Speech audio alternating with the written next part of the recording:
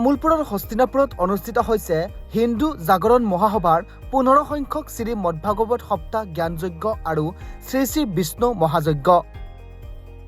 হিন্দু জাগৰণ মহাসভাৰ এই অনুষ্ঠানত আজি শান্তি আশ্ৰমত সূচনা হৈছে এক আধ্যাত্মিক পৰিৱেশৰ। ব্ৰাহ্মণৰ মন্ত্ৰপাঠেৰে মুখৰিত হৈছে শান্তি আশ্ৰমৰ বাকৰি।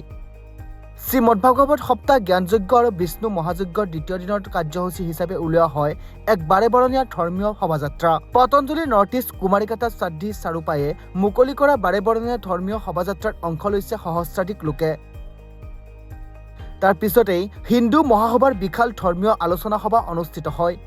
আলোচনা সভাত মুখ্য বক্তা হিচাপে অংশগ্ৰহণ কৰে ডিব্ৰুগড় বিশ্ববিদ্যালয়ৰ অনুশীলনৰ অধ্যাপক দিগন্ত বিশ্ব শৰ্মাৰ লগতে আন বহু লোকে। আমাৰ এই হস্তিনাপুৰ শান্তি আশ্ৰমত 9 দিনীয়া হিন্দু জাগৰণ মহাসভা ও শ্ৰীমদ ভাগৱত জ্ঞান যজ্ঞ লগতে শ্ৰী শ্ৰী বিষ্ণু মহাযজ্ঞৰ আয়োজন হৈছে।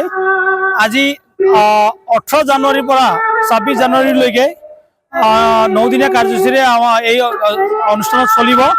বিশেষকৈ আজি দ্বিতীয় দিন হিচাপে দ্বিতীয় দিনৰ প্ৰথম কাৰ্যসূচী আপোনালোকে দেখাই পাইছে গংগা আনয়ন অৰ্থাৎ জলযাত্ৰা কাৰ্যসূচী আমাৰ চলি আছে।